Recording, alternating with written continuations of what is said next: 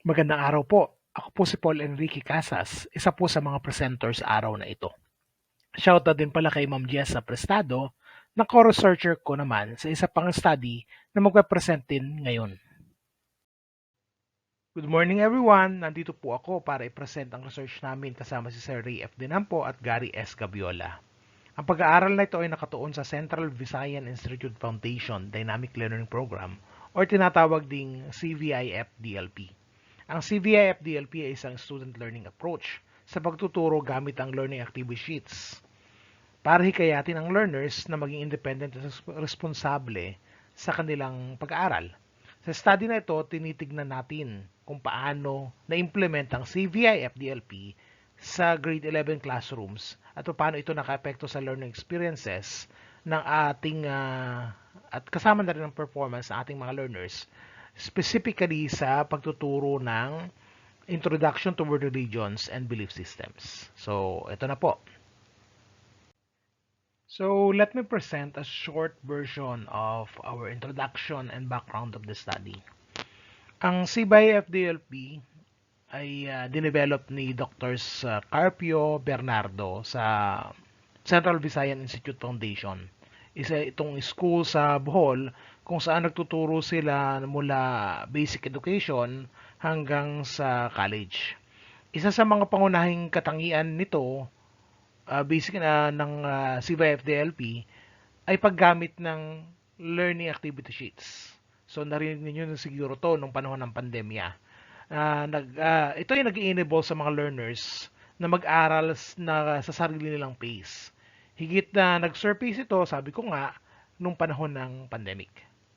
Ang program ay nakabase sa 2C2IR framework. Mamaya i-discuss ko itong 2C2IR framework. Ito ay according sa mga na-research ko. So basically, ang 2C2AR ay nag-involve ng collaboration, constructivism, inquiry, integration, at reflection. Ito ang mga pedagogical approaches na sinisigurong aktibo at malalim ang engagement ng mga learners. So ngayon, bakit ito inadapt ng DepEd at PLDT Smart? So basically, ganito kasi yung background niyan, ano? Nung simula akong nagkaroon ng interest na study itong CYFDLP, narinig ko na to nung panahon ng pandemic. Pero hindi ko pa ganong alam yung details. Ang alam ko lang, kailangan 1 page, kailangan 2 page, mga ganyan, ano. So, mas nalinawan ako nito after na ng pandemic nung nagkaroon ng seminar ang PLDT Smart in cooperation with DepEd. I think panahon na to ni Secretary Angara. So, nung time na to, ito yung last year, naalala nyo, marami tayong mga cancellation ng classes. Tapos sa cancellation ng classes natin, ilang bagyo at iba pang mga cancellation ng classes ang nangyari. So tingin ko na-trigger yung DepEd na mag-organize o ibalik nila sa consciousness natin yung learning activity sheets. So ito ang nangyari. Pa-seminar sila and then it inspired me to start a study regarding this. Sabi ko, pwede itong gamitin sa aking introduction to world religion dahil pa-start pa lang ang second semester nun. So, sakto, pwede ko pang i-modify yung aking mga activity. And then from there, nag-decide ako na subukan ko kaya na i-research siya.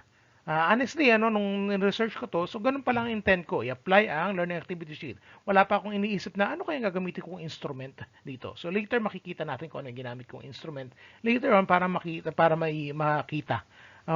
yung kanilang kung saan siya ikukumpara, kung saan siya ibabangga.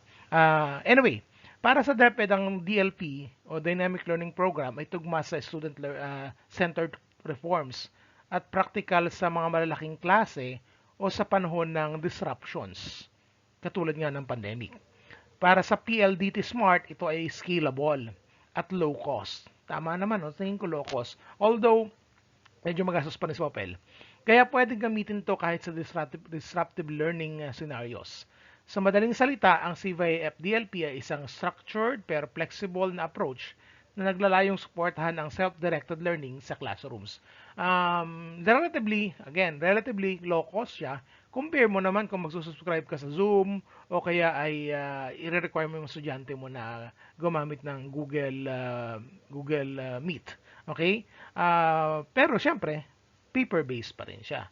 Or kung siguro may tablet yung mga estudyante, o yan, pwede mong paggamit na lang yung tablet. So yun. Pero wala tayo nun dito sa DepEd at least sa ngayon dahil yung mga tablet na distribute nasira na nga or hindi na siya okay. So yun. Anyway, let's continue to the next slide. So bakit sa Into the World Religions?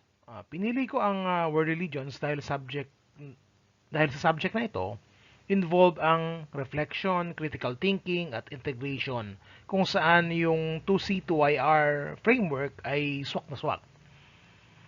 Feeling ko magandang gamitin ito para ibangga sa CVIF DLP Learning Activity Sheets. And of course, syempre, ito yung subject ko na tinuturo nung second sem, last school year, at dito ko talaga siya may apply naturally. Pangalawa, magkakaroon ng chance na, tingin ko, magkakaroon ako ng chance na makapagbigay ng subject-specific evidence na pwedeng gamitin para i-refine at palawakin ang CVIF DLP program. Sa significance naman, kakaunti pang research tungkol sa DLP ayon sa aking mga nakalap. Sa DLP with respect to humanities, tulad ng sa world religions. At yun nga, may chance na makapagdagdag ako sa growing knowledge ng CVIF DLP applications sa iba't ibang subjects. So medyo lumalaki na rin kasi yung research tungkol dito. Medyo dumadami na nag-research tungkol dito. At gusto ko makakontribute hinggil sa subject na ito. Okay, so regarding sa research gap, ito na nga. Tulad ng sabi ko, mas maraming studies sa science at math o STEM subjects. Bihira sa humanities maging sa AP na nag-aaral nga dito sa CVIF DLP. Karamihan naman ng outcomes, skills ang tinitignan. Ang values at reflection, hindi gaanong nabibigyan ng pansin.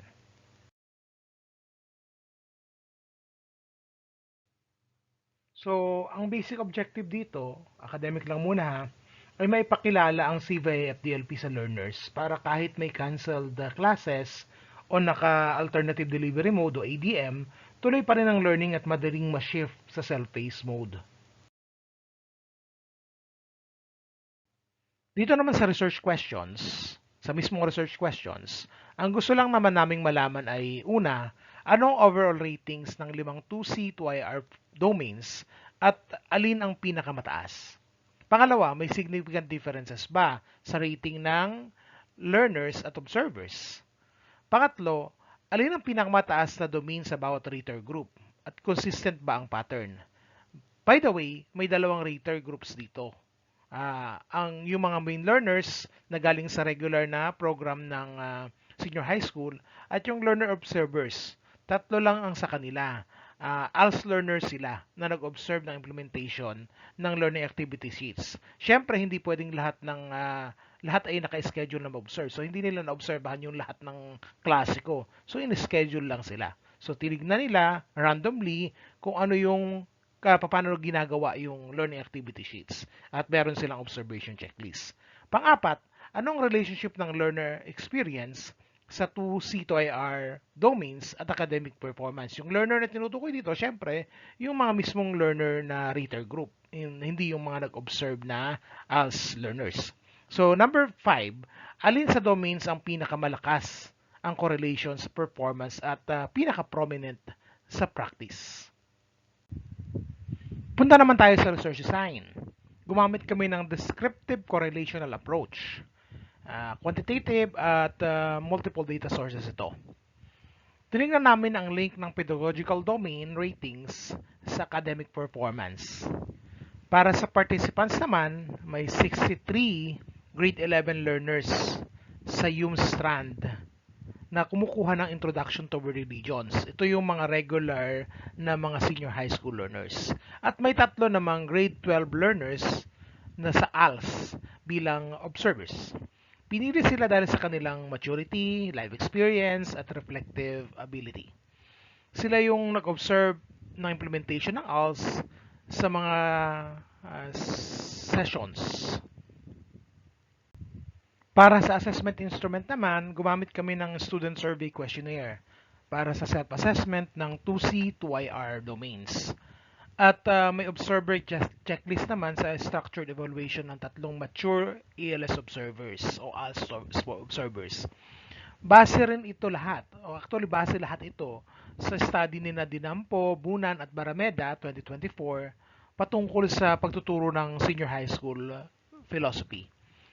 Sa instructional materials naman, gumamit kami ng 23 na CVIF Learning Activity Sheets or LAS mula sa DepEd onboarding nung nakarang school year.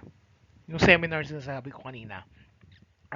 Meron ding CVIF repository, yung mismong Central Visayan Institute Foundation, merong CVIF repository, so doon din ako kumuha.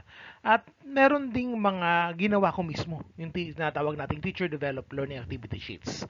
Gamit syempre yung guidelines nila Dr. Scarpio Bernido. Ginamit ang mga ito para ma-implement at ma-monitor ang dynamic learning program sa study.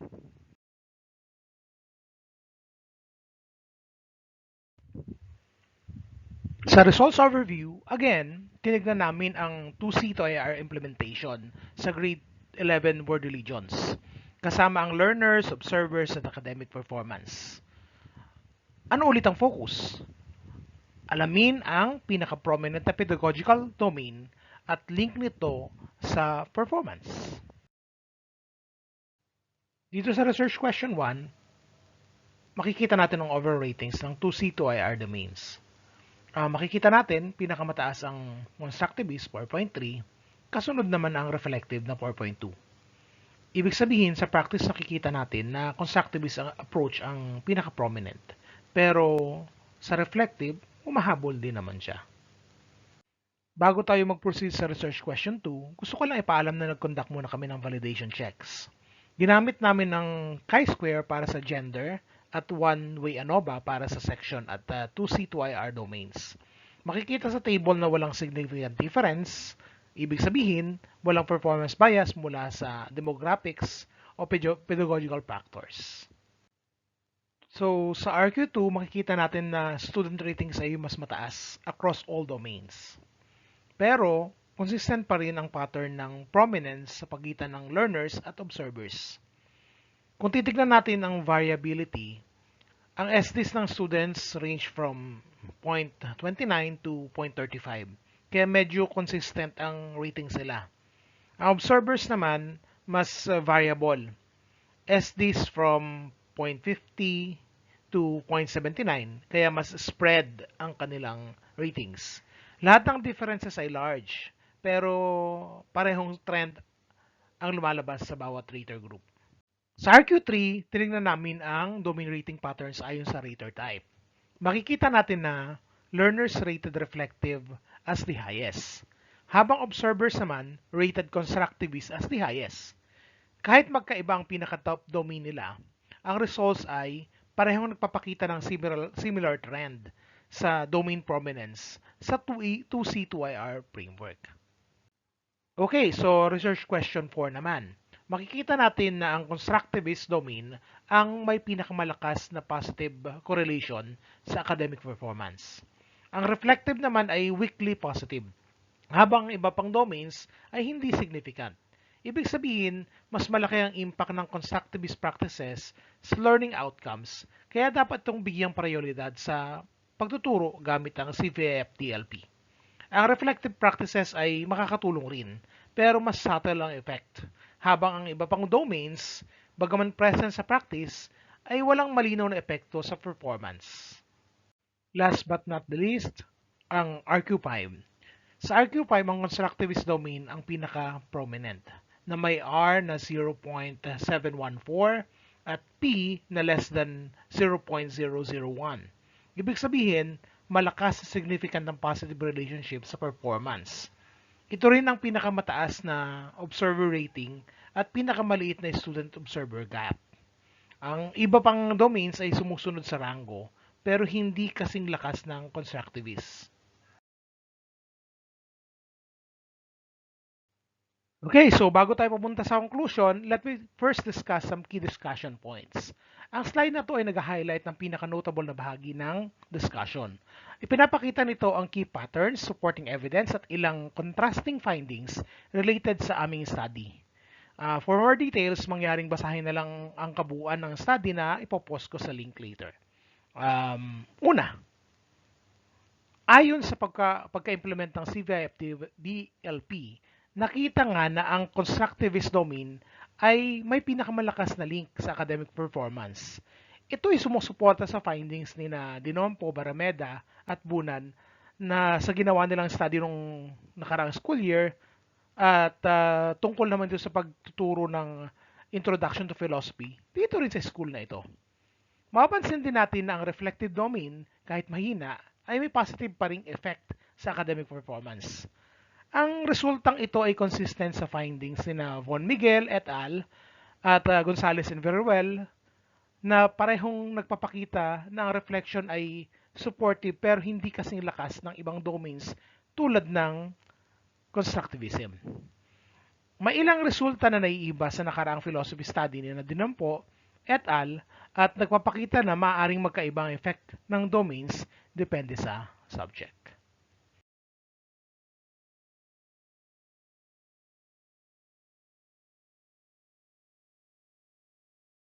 So bilang buod, pinapakita ng study na ang CVIF-DLP ay epektibong naipatupad at positibo ang naging epekto sa learning. Ang pinakamahalagang insight, ang learning by doing approach ng constructivist domain ang susi sa mas mataas na performance ng learners habang reflection, kahit mas mahina, ay patuloy na nagbibigay ng suporta. Sa madaling salita, nakasalalay sa aktibong pag-engage ng learners ang kanilang tagumpay sa pag-aaral.